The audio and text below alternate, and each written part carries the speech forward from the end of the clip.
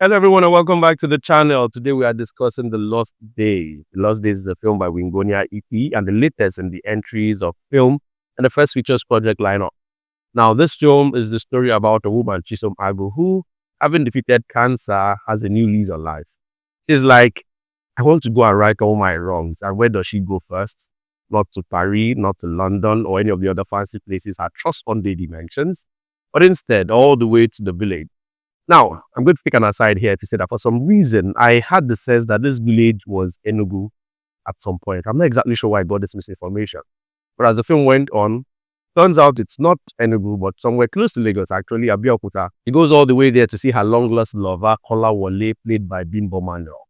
Now, Kolawole was her intended 30 years ago. They were hoping to get married, but because of tribal differences, their parents wouldn't agree.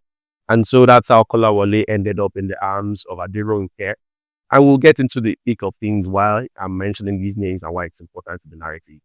But having returned all this time later, Chisom is intent on reconnecting with this guy. At first, I thought that it was because of love that doesn't quench. Now, there's clearly love there. There is still love. Camaraderie or understanding, but there is love. But that's not the main reason why Chisom has returned. And that takes us into the realm of spoilers. And so I am issuing a spoiler warning if you've not seen The Lost Days on Prime Video. Yes, I'm available to stream on Prime Video, and that's why the rest of this review is going to contain spoilers. You've been warned. So Chisom returned all this time later because of her son. Apparently, she had a child that she left with Kolawole all these years. And wow, that is something. That is something. The movie provides an explanation for this, and whether that explanation is good enough for you, why a mother will leave her son, it's left for you to agree. It's 30 years, took her 30 good years to come back.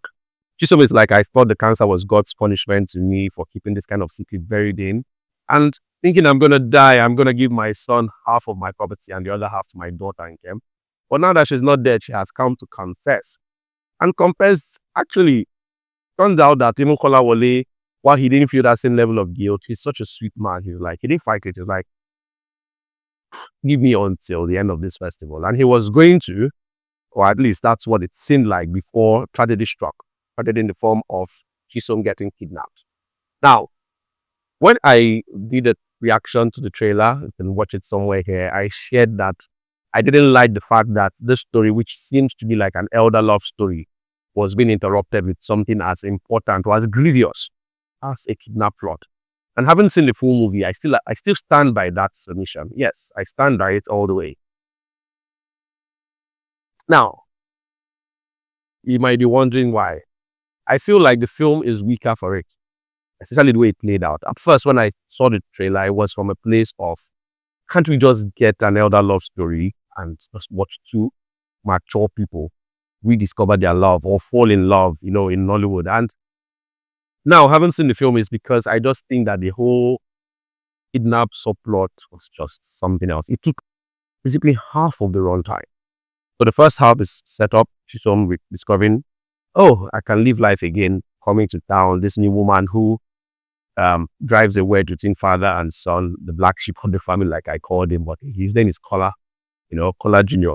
And at first it was like, yes, the father wants to love again and the son doesn't like it. And I was enjoying that whole, story arc up until, so just gets kidnapped and then there's a ransom, this thing, and then it becomes a thing of who kidnapped her.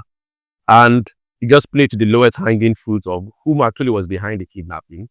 And while there was a bit of a surprise there as to whom the real kidnapper was, like the mastermind, I still felt that the whole subplot wasn't an interesting one and detracted from what I think could have been a really, really, really unforgettable movie experience.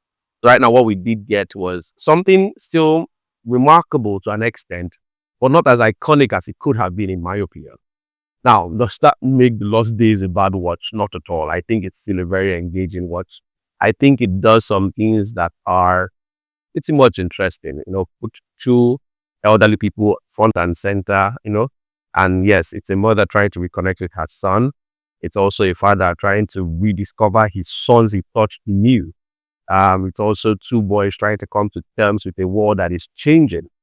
There's so many things that it actually does right. It's just not iconic, like I've already mentioned. Where these things come together, in my opinion, and for me, wasn't iconic. It was a nice watch. And yeah, I would just like, let's move. What's the next thing on show? Now there is no prophecy or no way to know for sure that if we had focused on these two people and their love stories, that is Kolawole and Chisom, that the film indeed would have been iconic, But yeah, this is me just stating what I thought could have been. Because I mean, it's not every day we get to see other love stories around here, and I just wanted to see something different. But let me know what you think. I've saved a bit of surprises for you in case you've not seen it and you want to. Yeah, I saved one or two major plot points and more what is behind it. But let me know if you've seen The Lost Days. Let me know in the comments what you think about it. If you've not seen it, and you watched up to this point, let me know. Does this make you want to see? Do you think there's something really interesting there that you need to see for yourself or not? Whatever the case, let me know in the comments. Like, share, subscribe, and as always, I'll see you in the next video.